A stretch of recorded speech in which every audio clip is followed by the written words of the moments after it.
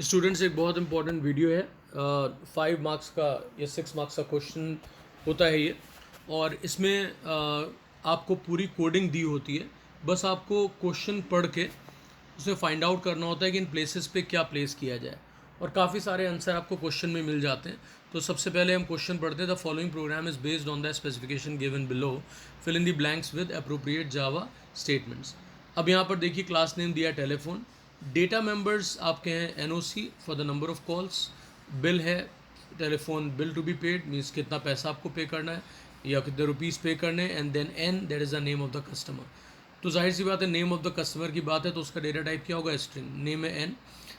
जब आपको मनी की बात आती है, अमाउंट टू बी पेड, तो उसका डेटा टाइप क्या होगा, डबल।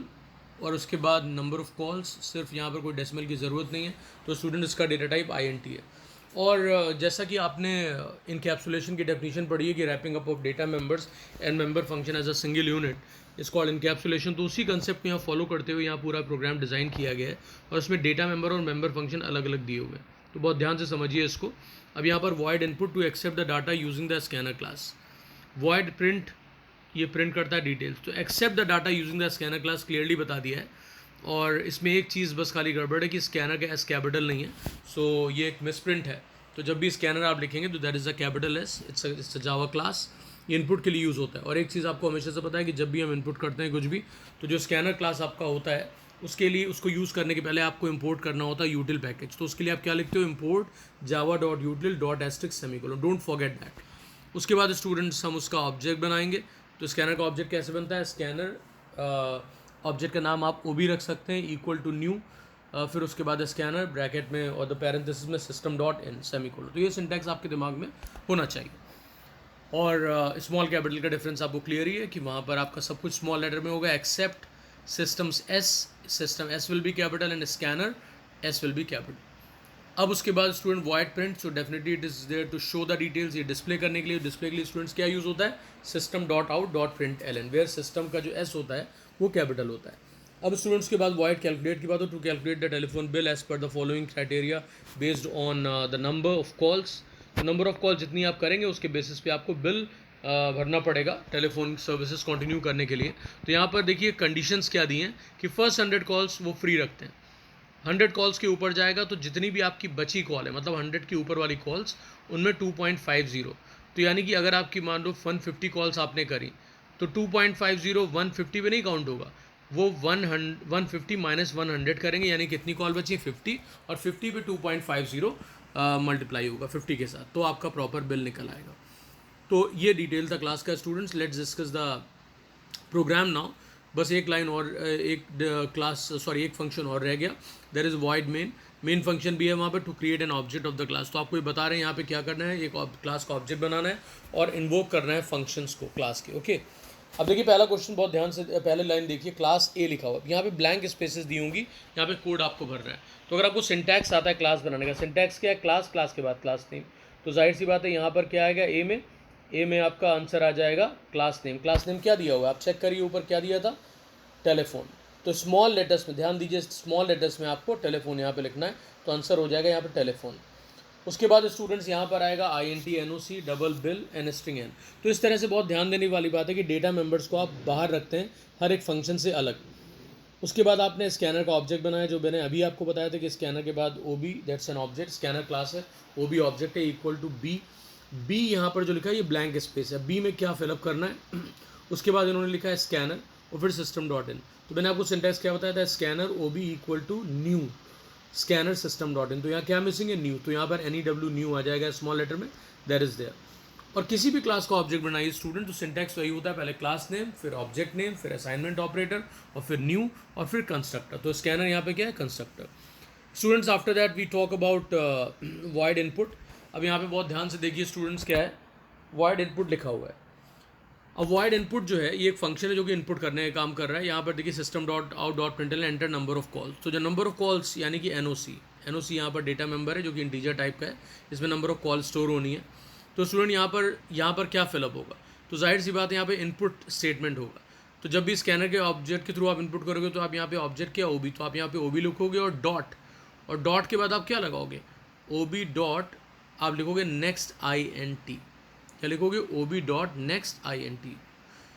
ये सब चीज़ें आपको याद होंगी तो बहुत इजीली आप चीज़ें कर पाएंगे कि आपको कंसेप्ट क्लियर होना चाहिए कहाँ पे क्या चीज़ करनी है। उसके बाद एंटर नेम है, तो ये जाहिर सी बात है स्ट्रिंग है, तो N equal to O B dot next. तो यहाँ पर नेक्स्ट है, नेक्स्ट लाइन भी हो सकता है, दोनों सही है। नेक्स्ट लाइन का एल कैपिटल होगा and better option is always next line. Finally they have not asked this, तो इसको छोड़ के हम लोग आगे चलते हैं। अवॉइड कैलकुलेट, अब यहाँ पर इफ़ डी, अब डी आपका क्या है, ब्लैंक। सवाल ये उठता है कैलकुलेट कर क्या रहा है आपको, इसलिए फंक्शन की क्लैरिटी होना बहुत ज़रूरी है। यहाँ पे कैलकुलेट करा है बिल अमाउंट, तो यहाँ पर उसने कहा था कि पहली जो 100 कॉल्स होती हैं उसमें आपको बिल जीरो है, तो बिल इक्वल टू जीरो लिखा हुआ है, तो फर्स्ट 100 कॉल्स को आप रिप्रेजेंट कैसे करोगे। यहाँ पे आपकी नॉलेज काम आएगी किसकी, कि आप कंडीशनल कंडीशंस को आप कैसे लिखते हैं। तो फर्स्ट 100 का कॉल्स का मतलब हो गया अप टू 100, यानी कि 1 to 100 जो भी आपकी कॉल्स होंगी उस पर कोई बिल चार्ज नहीं होगा।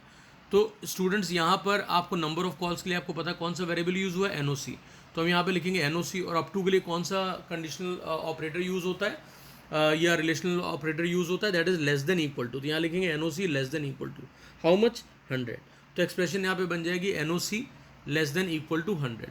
और उसके बाद स्टूडेंट यहाँ पे क्या, bill equal to zero else bill equal to E. अब यहाँ पर फिर से एक ब्लैंक आ गया, तो अब हम चेक करते हैं अपनी कंडीशन ऊपर जाके, यहाँ पर क्या दिया हुआ है, इसमें लिखा अबव 100 कॉल्स पे 2.50। तो पहले हमें अबव 100 कॉल का अरेंजमेंट को मेंशन करना पड़ेगा। अबव 100 का मतलब हो गया कि जितनी भी नंबर ऑफ कॉल्स हैं एनओसी, उसमें से 100 आपको लेस कर देना है। तो स्टूडेंट्स यहाँ पर वापस आते हैं, तो पहला पार्ट होगा इसका एनओसी माइनस 100, तो उससे आपको मिल जाएंगी कौन सी कॉल्स, जो मतलब 100 के किससे बच के मीन्स ज़्यादा है, जो बची हुई कॉल्स है, रेस्ट ऑफ द कॉल्स, और उसको मल्टीप्लाई करेंगे किससे, 2.5, जो हमारा 2.2 रुपीज़ 50 पैसे का जो आपका कॉल रेट था पर कॉल, वो इस पर एप्लीकेबल होगा इतनी कॉल पे जो 100 से ऊपर है।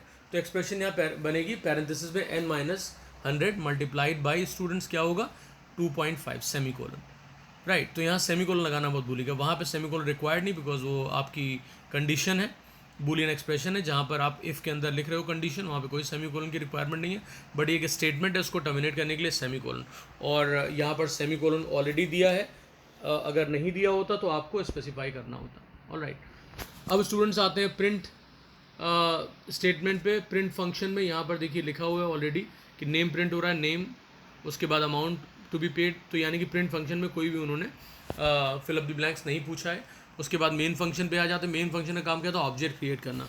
तो आप देखिए टेलीफोन का ऑलरेडी ऑब्जेक्ट क्रिएट हो चुका है, telephone T equal to new telephone. अब उसके बाद इन्होंने पूछा है, इन्होंने फंक्शन कॉल किया है इस ऑब्जेक्ट को यूज़ करके T dot input.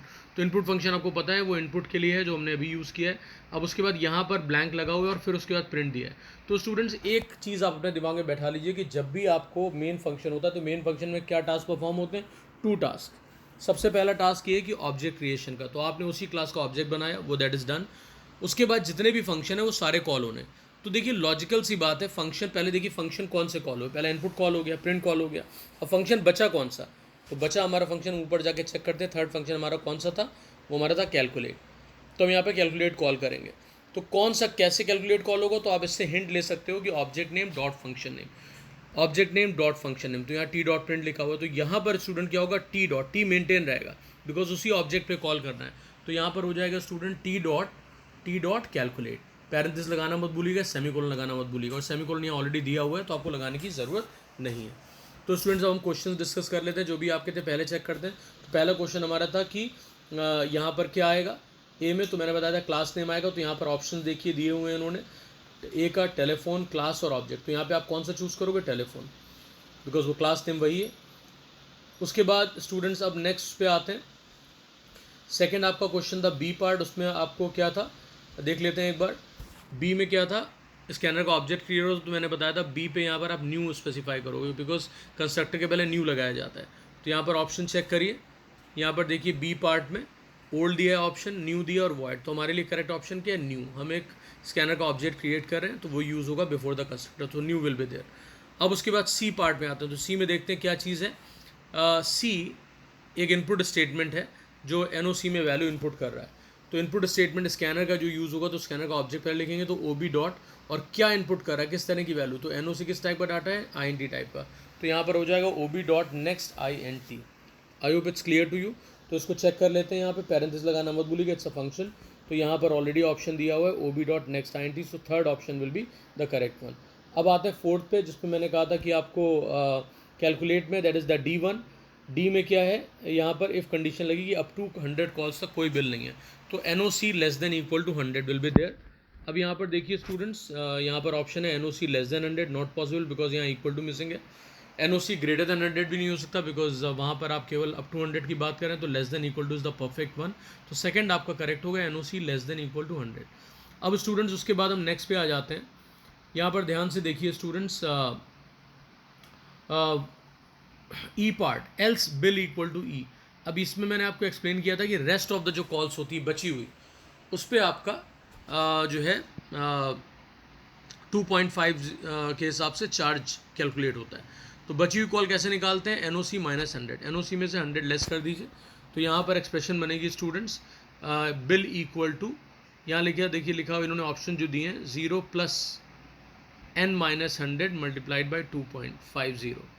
All right, उसके बाद नेक्स्ट दिया है bill equal to n minus 100 asterisk 3.0। सो 3.0 तो पॉसिबल ही नहीं है बिकॉज चार्ज ही आपको 2.50 दिया हुआ है। थर्ड ऑप्शन पे आते हैं, bill equal to n asterisk 2.5। अब स्टूडेंट्स यहाँ पे 2.5 किससे मल्टीप्लाई हो रहा है, n से। n का मतलब जितनी भी कॉल्स हैं और यहाँ थोड़ी मिस्टेक भी है कि नंबर ऑफ कॉल्स वहाँ पे NOC से हो रहा है, तो यहाँ पे NOC होना चाहिए बिकॉज पेपर में मिस प्रिंटिंग है, तो यहाँ पर NOC आपकी ही यूज़ होगा। एनीवेज आपको इन्हीं तीन में से ऑप्शन चूज़ करना है, तो ये पॉसिबल नहीं है, ये पॉसिबल है बिकॉज यहाँ पे रेट गड़बड़ है और यहाँ पर पूरी कॉल्स पे 2.50 यूज़ हो रहा है। तो स्टूडेंट्स यहाँ पे हम देखते हैं इसको, यहाँ पर लिखा है bill equal to 0 plus n minus 100 multiplied by 2.5। तो स्टूडेंट्स यहाँ पर 0 है, पहली फर्स्ट मतलब जब आपके 100 क्रॉस करता है तो 100 पे तो 0 ही है, तो यहाँ पे इसीलिए इन्होंने 0 लिखा हुआ है, प्लस n माइनस 100। सो ये आपकी रेस्ट ऑफ द कॉल्स आ जाएंगी 100 के ऊपर वाली और उसमें 2.50 मल्टीप्लाई हुआ है, तो correct option is students, option is 1। इसको एक बार चेक कर लेते हैं यहाँ पे जाके, क्वेश्चन सॉरी जो कोड है यहाँ पे देखिए, तो आपकी जो कॉल है वो आपकी NOC से रिप्रेजेंट हो रही, तो आंसर उसका NOC ही होना चाहिए because n is meant for name here, वो मिस प्रिंट था पेपर का। एनीवेज अब स्टूडेंट्स उसके बाद हमने E तक कर लिया, अब हमारे पास आ रहा है F। तो F में मैंने कहा था, F में पहले ऑप्शन देख लेते हैं। F में ऑप्शन दिया हुआ है input, T dot input, input आप ऑलरेडी कर चुके हो, टी डॉट प्रिंट आप ऑलरेडी कर चुके हो, क्या बचा है टी डॉट कैलकुलेट। यहाँ पे आप चेक कर सकते हो अपने कोड में, यहाँ पर आप देखिए मेन फंक्शन है, पहले ऑब्जेक्ट क्रिएट हुआ, फिर इनपुट फंक्शन कॉल हुआ यूजिंग टी डॉट इनपुट, फिर उसके बाद डिस्प्ले हुई इन्फॉर्मेशन, बट डिस्प्ले और इनपुट के बीच में आपको कैलकुलेट करना है क्या, बिल, तो इसीलिए अब कैलकुलेट फंक्शन रह गया, तो वो यहाँ कॉल होगा। So the correct option will be T dot calculate. तो यहाँ देख लेते हैं ऑप्शन दिया हुआ है T dot calculate, so that will be there right. If you have not subscribe the channel please do subscribe the channel. Now everybody, इन concept को फॉलो करके आप ये क्वेश्चन जिस भी फॉर्म में आएगा आप उसे बहुत ईजिली हैंडल कर लेंगे। Thanks everyone.